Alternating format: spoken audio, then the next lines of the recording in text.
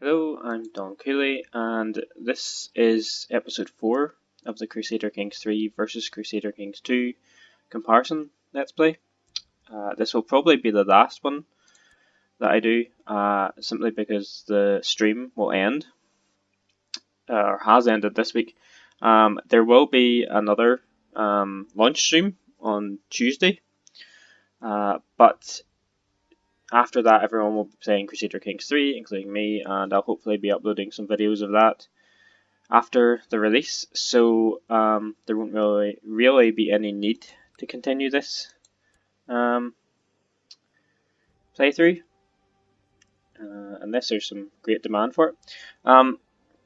But I doubt it. I think most people will want to play Crusader Kings 3 and see Crusader Kings 3 content.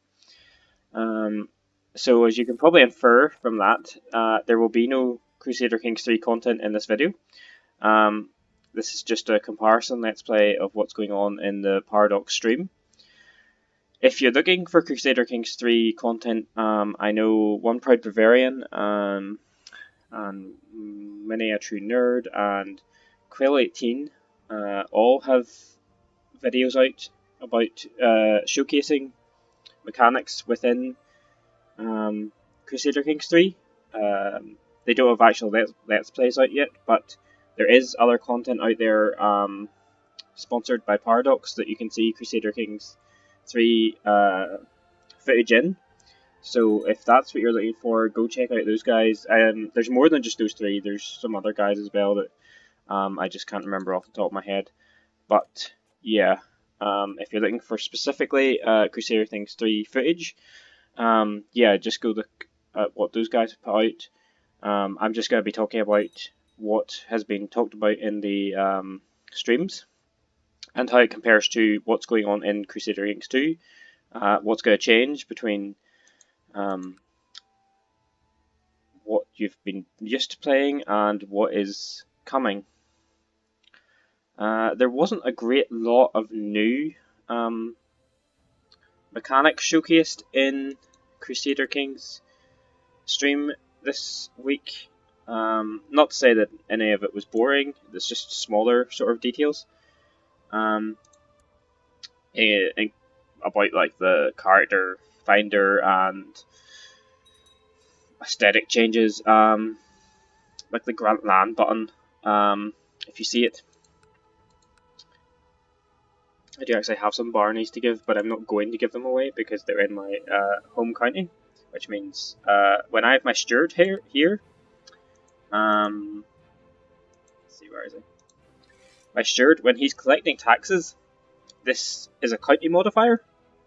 So whenever he is collecting taxes, that plus 2.5% gets applied to every Barney in this county. So I'm getting plus 2.5% on both the capital and the Barney I hold underneath it. So I want to hold on to this Barney. But yeah, whenever you're in this Barney and there's a button here, it says create new vassal. In Crusader Kings 3, when you click this create new vassal, it will select from the current pool of characters within the game. In Crusader Kings 2, when you click this button, it just creates a new person. Someone is just generated by the engine to hold this Barney. In Crusader Kings 3, it'll be picked from this available people. This is the character finder. Presumably, whenever it's talking about available people, it's talking about if it's all and within diplomatic range. Probably not a ruler. Gender can be any. I think it does weight them towards your religion and your culture. So, presumably would have to be an adult as well. So, this is arguably the kind of pool that Crusader Kings 3 would be selecting from. It would just be pulling someone out of this group to then occupy that Barney. I mean, it's probably good because you can. There is no real reason not to use the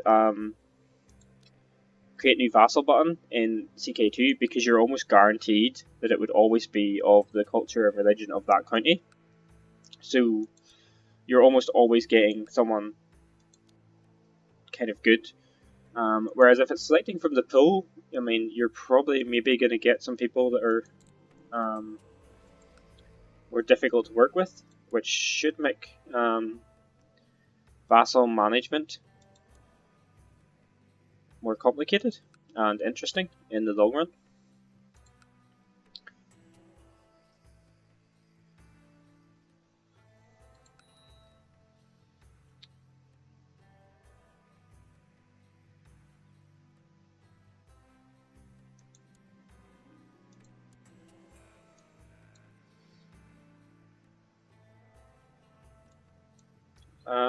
Okay.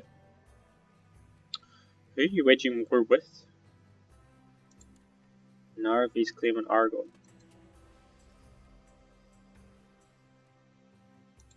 There's also a border dispute. Okay. Yeah, I'll take charitable.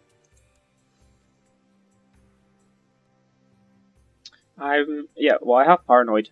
Paranoid gives you +2 intrigue and -1 diplomacy in CK2. In CK3, it's gonna give a massive penalty towards stress. It was something like +100%.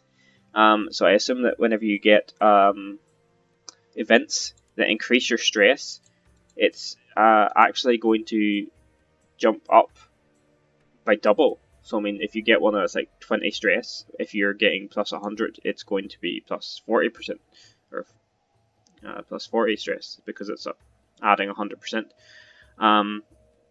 Paranoid in CK2 was really quite great because I mean, you get +2 intrigue, -1 diplomacy. It's fine. I mean, I have -1 diplomacy. My diplomacy is still sitting up here at 16.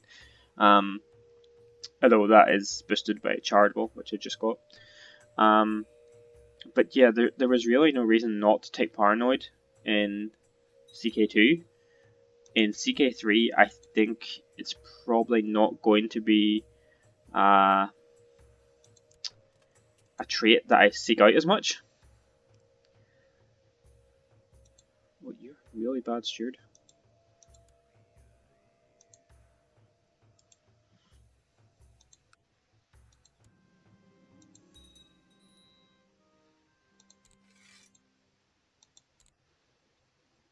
So maybe I should be getting even more taxes now. Yeah, +20 rather than +2 point. Yeah, that's great actually. Yeah.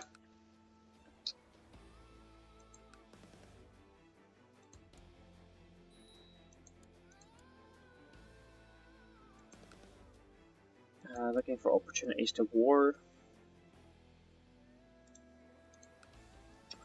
Mostly holy wars. One thing I haven't really seen in the Crusader Kings 3 stream is that whenever you holy war someone, there isn't. When you holy war in CK2, it says nearby Sunni rulers may ask to join Emir Jafar in the Jafarid Emirate in defense of their faith. Cursed infidels.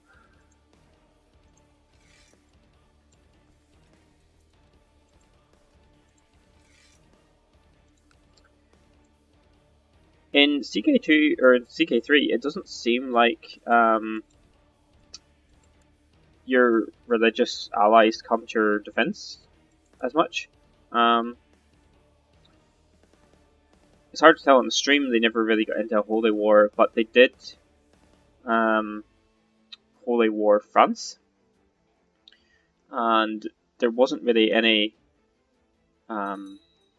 religious allies that came to join them. It could be because they were in war with quite a lot of people. They were at war with Brittany and some other people.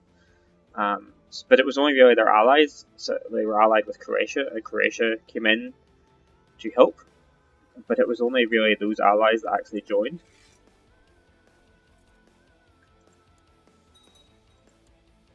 So whenever we're going into this battle, I'll slow this down a little bit, and we can talk about the new battle system in CK3.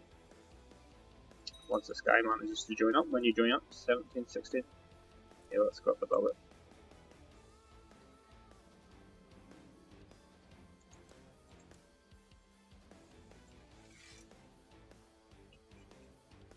Let's see.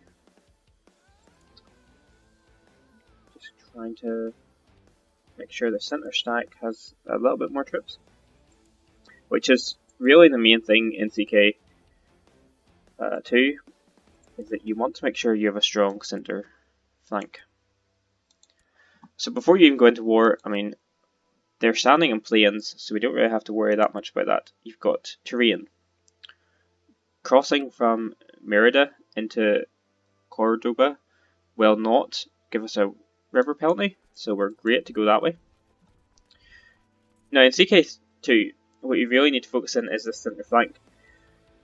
The other flanks are important because the other flanks, if once they break down the opposite flank, they will then attack the center. So they're great for support. But if this center flank falls, the center flank of the opposing army can then attack either side, which you don't really want. So you need to be careful when you are putting your army together, that you're making sure to have the strongest flank in the center. A lot of people will just do the auto balance unit, but you can see the auto balance unit has now stacked the center flank with the least amount of troops. This won't really matter in this battle because I have nearly 4,000, yeah, almost 4,000, it's a little bit under 639 advantage, and they're mostly light infantry, which aren't going to really do a lot. So yeah, it's not really going to be that much of a challenge. But you can see the auto balance unit button there just took a whole bunch of levies out of the center flank, and now the center flank actually has the least amount of troops. If this was a much more closely matched battle, that could actually go the other way, because that center flank could fall. So it's much better to make sure the center flank has the most troops. Now there's also things like tactics. This coincidentally won't happen in CK3. There is no such thing as flanks. It's just one army. It's just one stack or column. Ah, my error. We will take a gamble with Thrift. Curious is good for diplomacy, but far too often you get Fussy, and it's bad for diplomacy.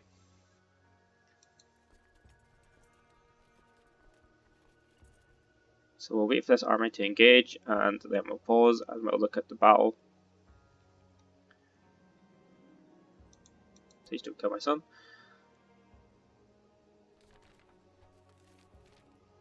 I must send people out for it. Okay. So we can see they have one commander who's got 18. So he's going to have access to good tactics because he has 18.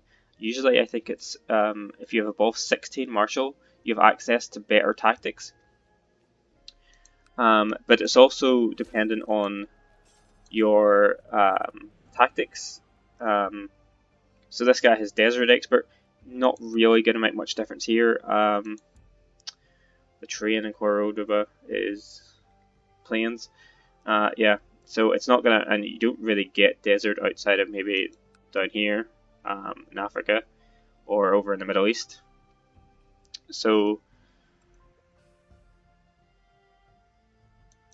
in these battles, you can see, we'll slow down a bit, whenever they're fighting, you should roll.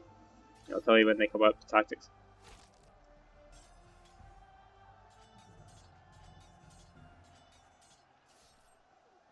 Yep, see it said shield wall, pursue tactic, pursue tactic. Those are rolled, so in CK3 there's going to be dice rolls,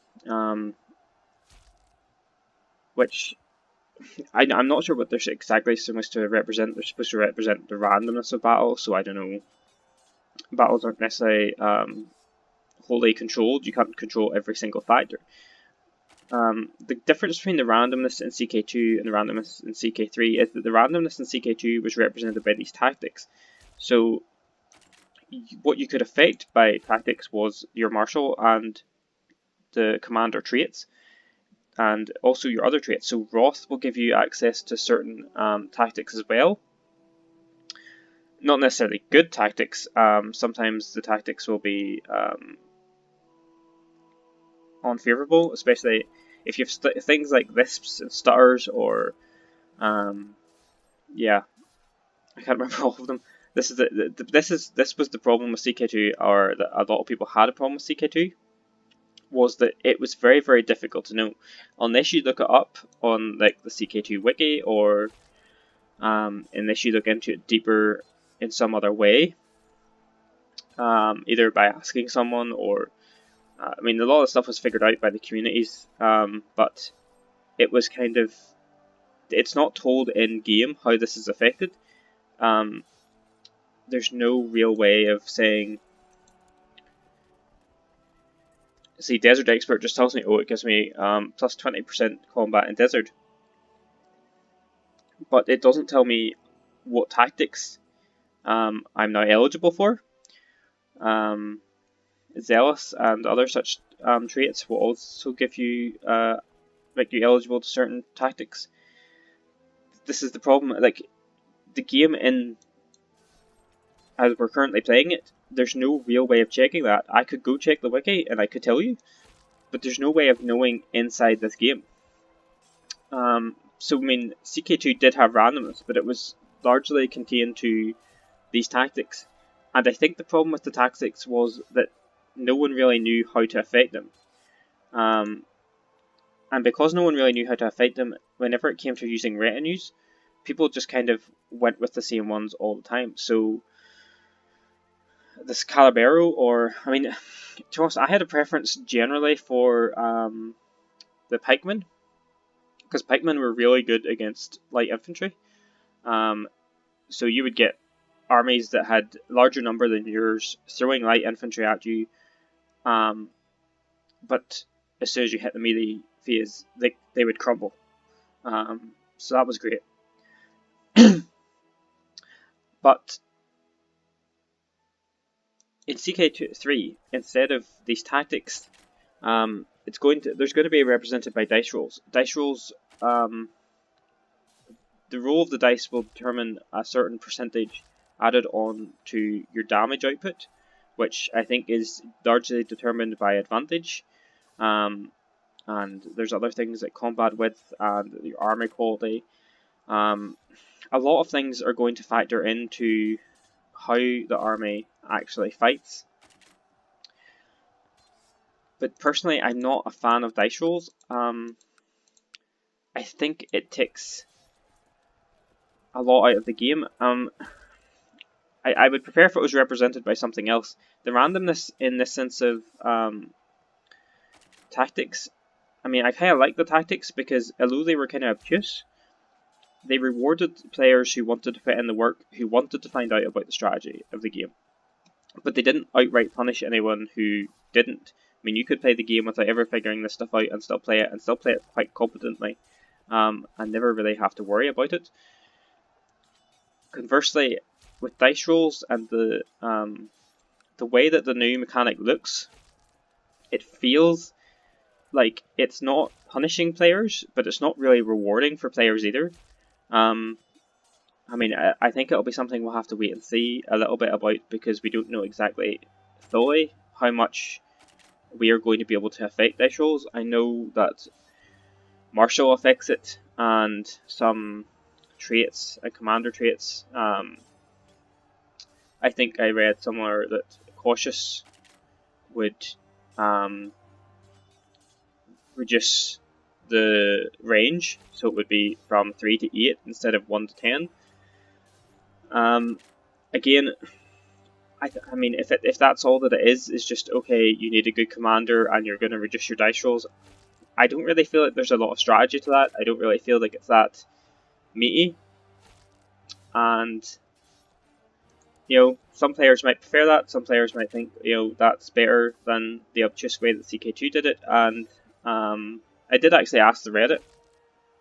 I've been looking for some further information from the community, and I mean, most people seemed fine with it, so I might be in the minority here.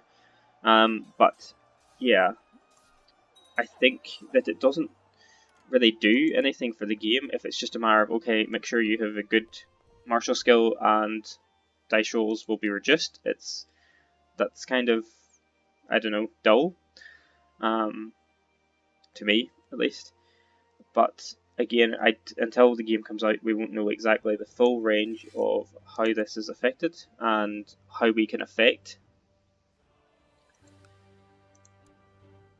Great, you're getting defending against France again. France are going across the war.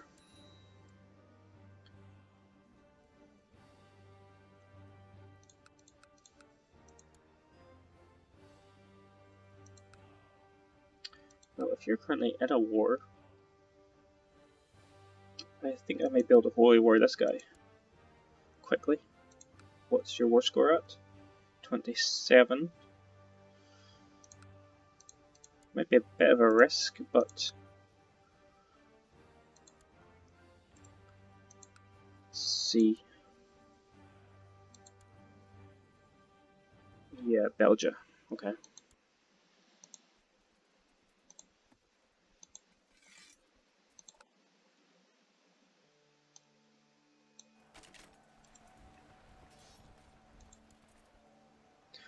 So I mean, there's a lot of other little combat things that are going to take place in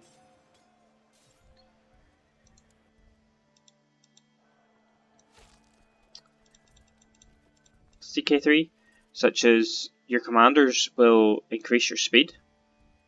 In CK2, to increase speed of armies, you generally need the organizer trait. Nothing else is really great for increasing the speed of your armies outside of that.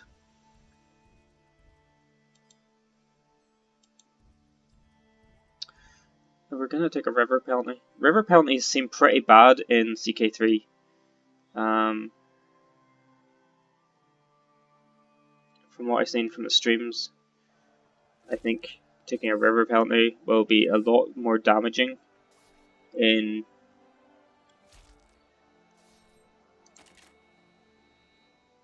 see, this guy has flat terrain expert. Are we in plains? No, we're in forest. Yep, so he's not actually getting an increase there. This guy doesn't have any commander traits. Yeah, might be losing this battle.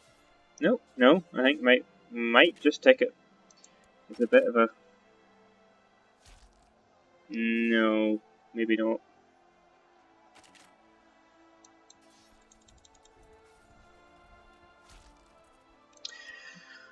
The other thing about combat in CK3 is that you actually will lose less troops. Your armies don't get killed as much; they get routed. They said. So unless you have light infantry, you're not going to see a lot of deaths, which is probably good for you, but not so good if you're the one winning, because it sounds like their armies will be able to regroup faster.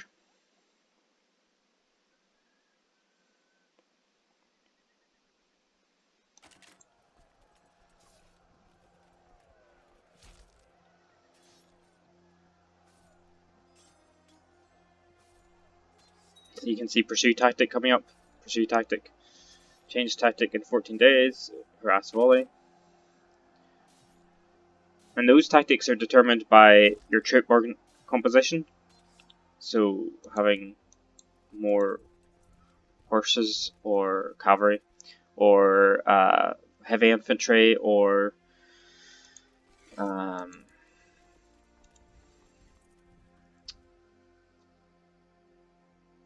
any number of different combinations. Yeah, you'll see different tactics coming out.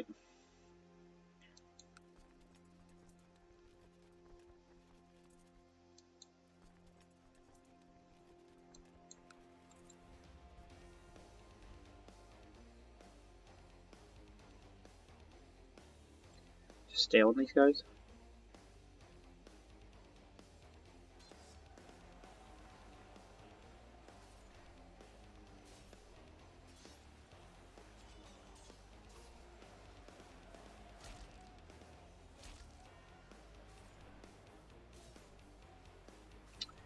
Yep. So combat in CK3 is going to change quite a lot from what we're used to. Seems to be moving more towards a EU4 model. So if you're used to EU4, you might appreciate that. But I always quite liked the EU4 and CK2 were different. But that might just because I played CK2 first, so it might just be a kind of case of, you know, enjoying what I kind of liked first.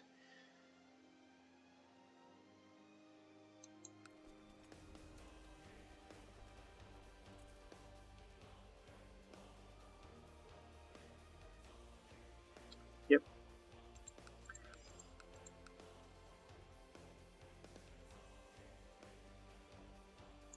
I did see that one of the, I think it was a enemy commander. I don't know if it was one of my commanders. Maybe this guy. Oh, it was this guy. Yeah, he has temperate. Temperate in CK3 is going to give you a health boost. It doesn't in CK2. So yeah, you're going to get a health boost if you take temperate in CK3. Because they used it in the streams to offset Giant, which gives a slight health penalty. But I'm not. I don't know what if the logic is there that they're eating better because they're eating more in moderation.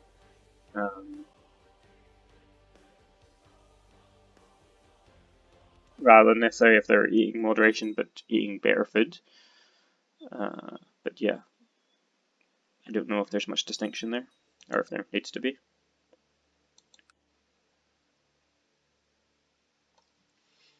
Again, it's a role-playing game, so I think you can largely kind of decide for yourself if you're thinking, okay, the character is eating for this reason, or they're eating less of this for this reason.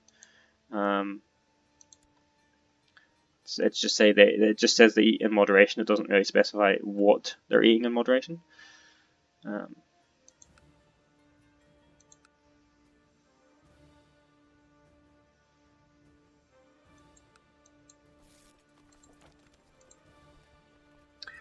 Yeah, another actual difference in CK3 is the Muslim.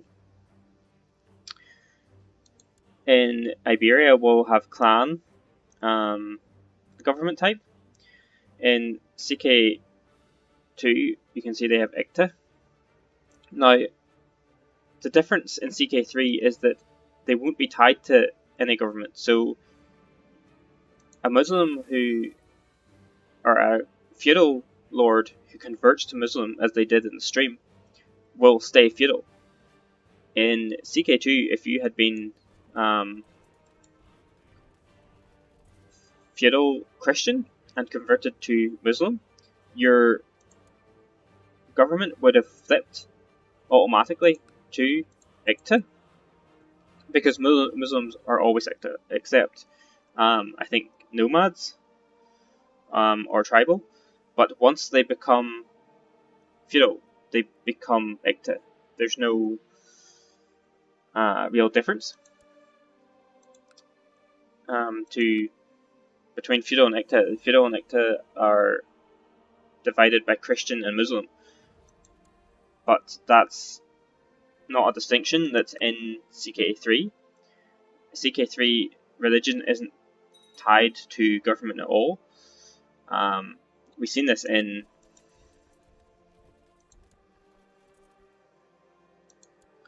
We've seen this in CK2 towards the end of its lifespan. The more games that came out, we saw this being less and less tied, because tribal rulers can really be anything. They're pagans, but you can be a Christian tribal ruler, but that's not tied. You can change. So by the end of the life cycle of Crusader Kings 2, it seemed like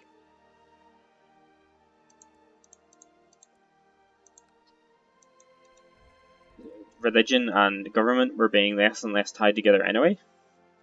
So I don't think that that's a massive change for Crusader Kings 2 or Crusader Kings 3, but it's not a great change from Crusader Kings 2. But it will be interesting to see how, because as I said, the Muslims in the Iberian Peninsula start off as clan, and it kind of seems like the clan mechanics are really what's meant to keep them in check and keep them from sort of blobbing out, because the clan mechanics work like CK2, where it's opinion based. So if his vassals like him, like these vassals like this guy, he will get more troops from them. However, if his vassals dislike him, he will get less troops. You can see this. You probably could see it better if I wasn't. Yeah, he provides 91 troops. Of this, you're able to raise 35.5% due to opinion minus laws. So this is how this works in Crusader Kings 3 for clan governments. With feudal governments, because they have feudal contracts and obligations, they provide certain levy regardless of opinion. So you can kind of rely on the troops that you're getting, even if your vassals don't like you. But if the clan mechanics are what are meant to be keeping the Muslims in Iberia in check, so they aren't able to sort of overpower the rest of the peninsula so quickly, or just to blob out completely, what is going to happen if they convert to feudal? Are they actually just going to be very, very powerful in that instance?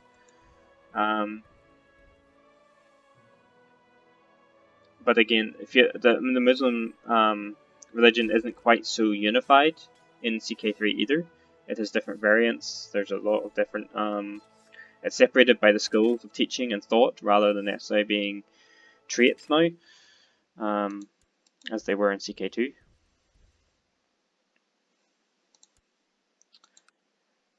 He probably won't have it. Don't see it on his. See if I can find the traits to show.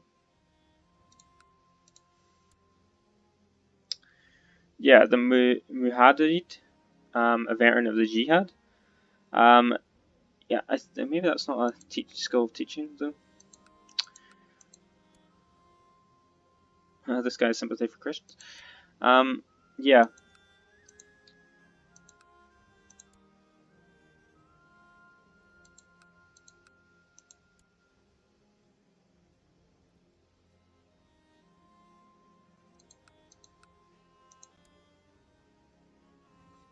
Well, anyway, oh, there we go. Ash'ari. This is an adherent of the Sunni Ash'ari school of theology. Because that's why I'm not watching the war.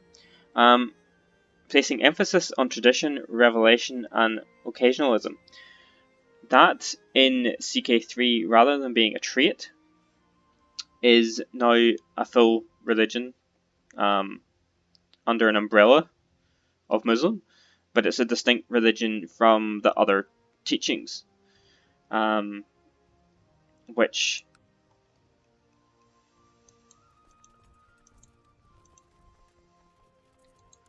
means that they have different doctrines and they have different. Oh, this guy got called in.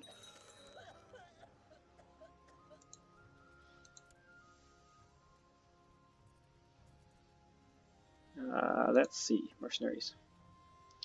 Gonna need some help here.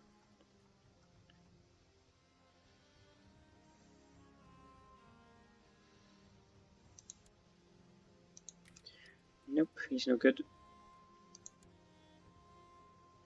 He is better, but content is not really a good trait for a commander. It's better.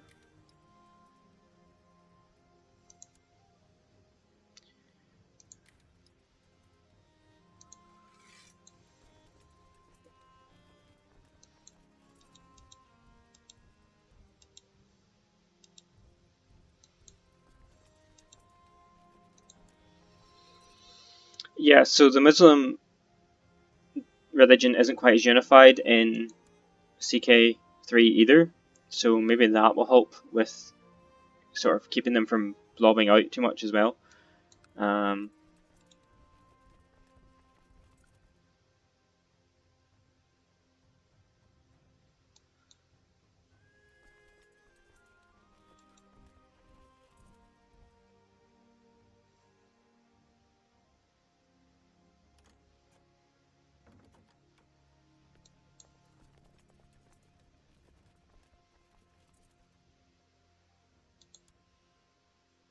Why are you taking the large river crossing?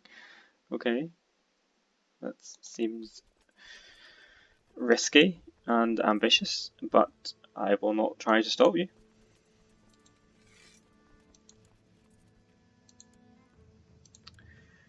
It will be interesting to see if the AI in CK3 still makes those kind of strange mistakes.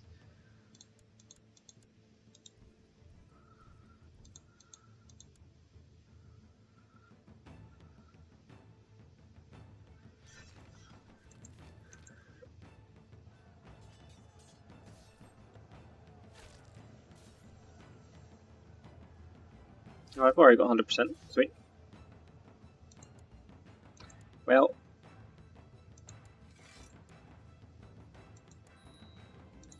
we will take it.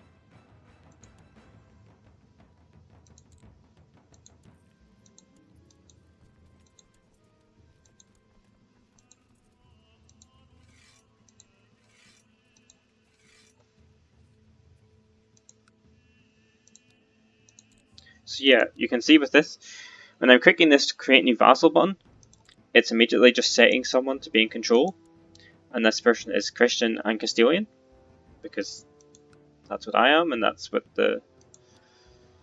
it places people that are connected to your culture and religion.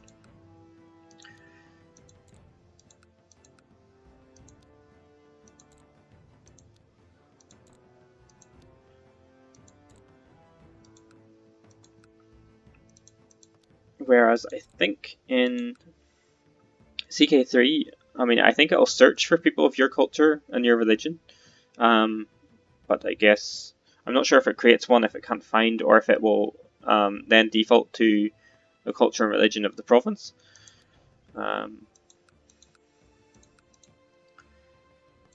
And this is going to be I'm a very strange person, I think, because I'm quite excited for the new character finder. So this is the character finder in CK2. You can see, like, you can change quite a lot of things, such as whether they're in prison, whether they're married, if they're a ruler or not, if they're in diplomatic range, if they're an adult, if they're from a great house. You can select, look for people who are in your dynasty, of which there are none available in those categories. You can look for culture, my culture, culture group, not my culture. CK3 is going to introduce even more of these. You're going to be able to search for age difference. So you're going to be able to look for characters within 5 or 10 or 15 years of yourself. So you're going to be able to search or filter people out or organize them in order of the age difference to you. You're going to be able to search in terms of fertility.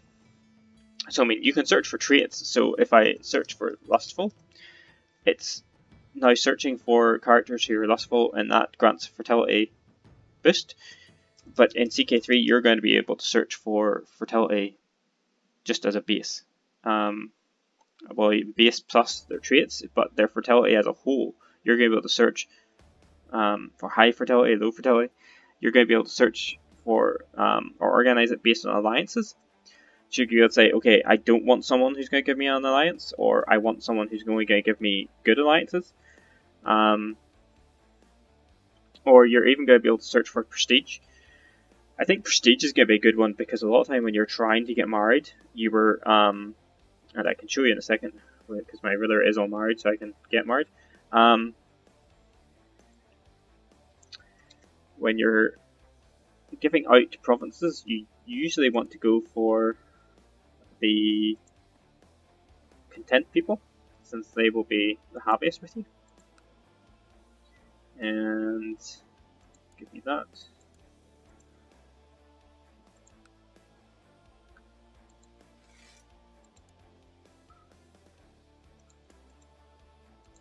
It's also usually better to give it to lowborn guys because they won't pass it on to someone within their family who might also already have another title. This guy, I mean, content with this guy is going to be kind of offset by envious, but I mean only a little bit because envious is minus 15 and content is plus 25, and his kid is actually count of this place, so he will actually inherit both of these tiles, which is kind of strange. Okay, I think I'm fine with that. It's usually better so that people aren't always inheriting titles from family members, so that you can keep your vassals from growing too strong, but it's not a massive problem. And they're within 2 different duchies, so hopefully the duchies will just end up fighting each other. Who's the person with the highest opinion? They're all 100. Apart from this guy, probably. Yep, because Envious is pushing it down to 89.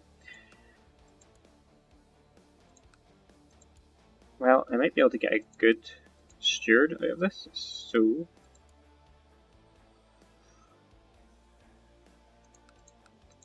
This guy's younger, so I think he'll be around for a little bit longer.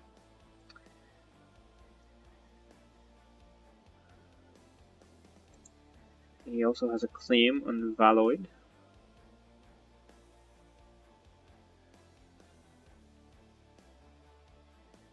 Which is up here.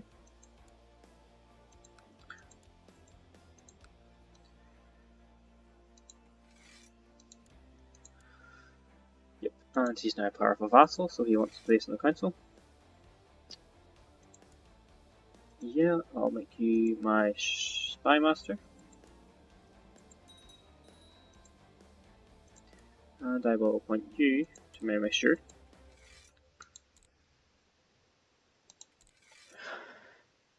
And I'm threatening. So, you can see when you go into the marriage screen, you're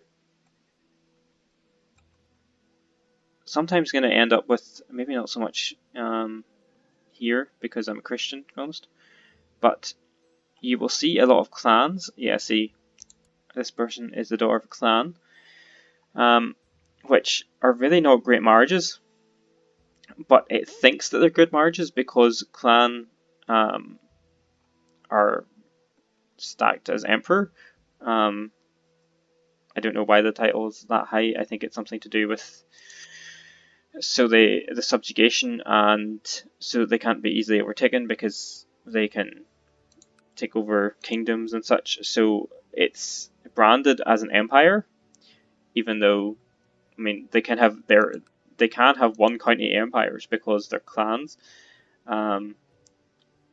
but it means that the game kind of recognizes them as being the top tier, sort of as much as, say, the Byzantine or Holy Roman Empire, but you would get more prestige from marrying into the Holy Roman Empire than you would from marrying into a claim.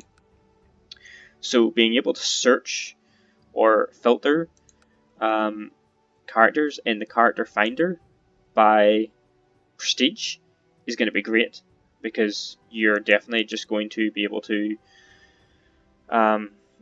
filter out all of those clan marriages. And although I don't think nomadics are probably going to operate differently in CK3 anyway, so maybe it won't be that much of an issue. But I'm quite excited for being able to filter by prestige. I think that's going to be quite nifty.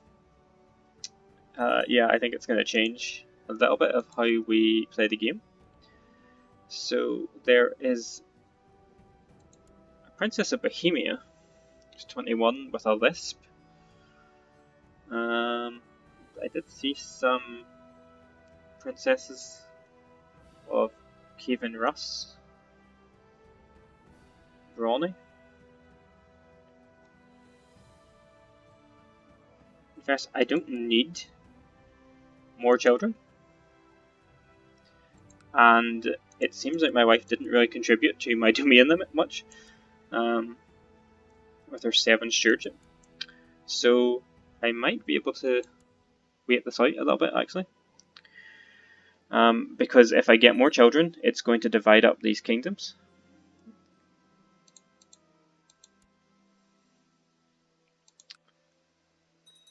Yep, there's a holy war, but that's probably going to call these guys in. Are these guys Shia? Nope, they're Sunni.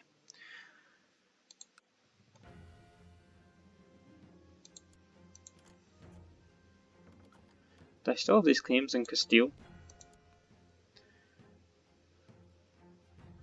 Defending against the Holy War Empire.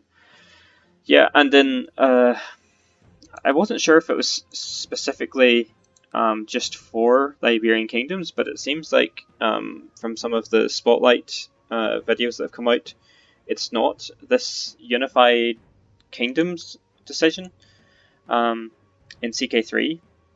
There's nothing really like it in CK2. It's going to basically allow you, I think it's a one-time decision that will allow you to consolidate your kingdoms. So if I waited until I had the entirety of the kingdom of Iberia, I could consolidate them into one kingdom. Although, of course, by that point, I would probably just want to make the empire, of which I am a fair bit off. I'm only halfway there, just over half, because you need 80%. For kingdoms, you only need 50%, but for empires, you need to control most of it. Let's see. 43%, yeah. You would need to control quite a lot of it. But the Unite Kingdom decision in CK3 is actually available to most rulers, I think. So you can unify different kingdoms that are within a group, rather than necessarily having to always just... I mean, I thought it was just for the Iberian kingdoms because Leon, Castile, and Galicia were so closely related. But apparently it's something that's available to different rulers in different places, that they can unite their different kingdoms if they have more than one.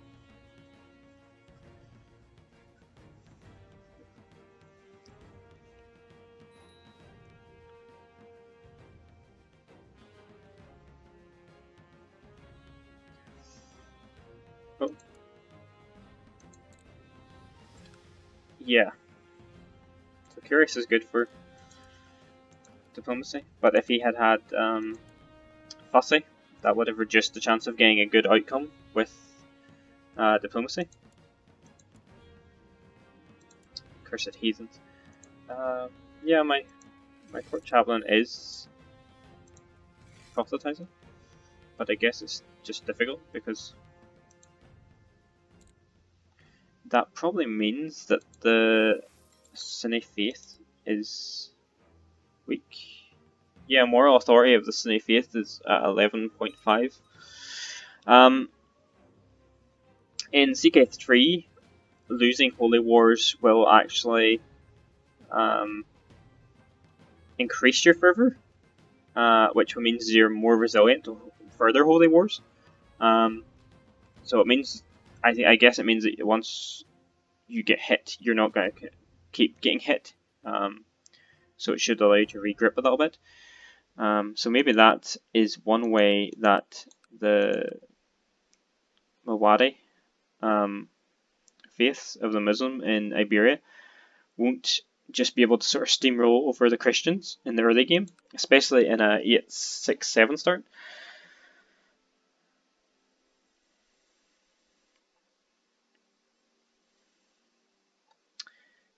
But yeah, this is maybe a good place to stop it this week. As I said, there wasn't much big that came out in the stream this week, but I think the biggest thing was the dice rolls, and I think it's going to be pretty interesting to see how that comes out in the game proper.